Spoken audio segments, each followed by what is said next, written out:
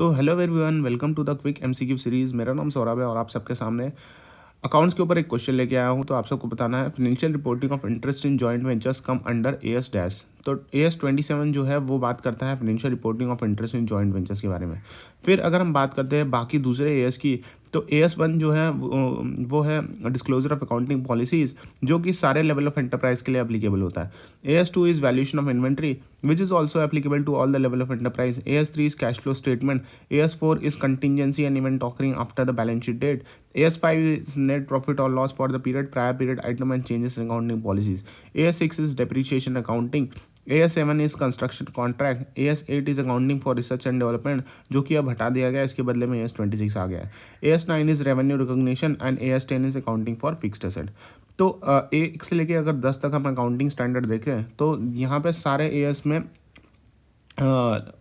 सारे एएस जो है applicable to all the level of enterprises है, एक्सेप्ट AS 3 जो कि only applicable to the level 1 enterprise. फिर AS 11 से बात करते हैं। AS 11 is the effect of change in foreign exchange rate. AS 12 is accounting for government grant. फिर AS 13 is accounting for investment. AS 14 is accounting for amalgamation. AS 15 is employee benefit expenses, employee benefit, and AS 16 is borrowing cost। तो 11 से लेके अगर हम 16 तक देखें तो this also AS applicable to all the level of enterprise।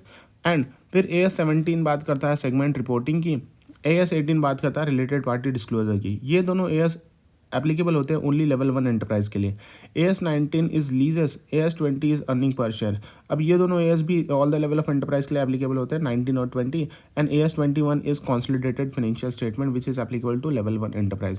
AS 22 is accounting for taxes on income.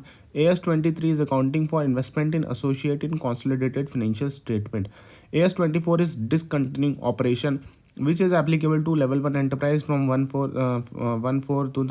April 2004 and 1 April 2005 से ये दोनों एंटरप्राइज और सेकंड और थर्ड वाले के लिए भी एप्लीकेबल हो गया, मतलब सारे एंटरप्राइज के लिए एप्लीकेबल हो गया discontinuing operation.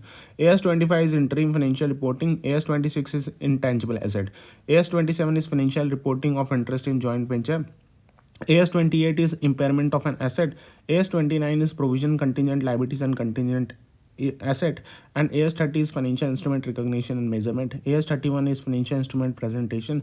And AS 32 is financial instrument disclosure.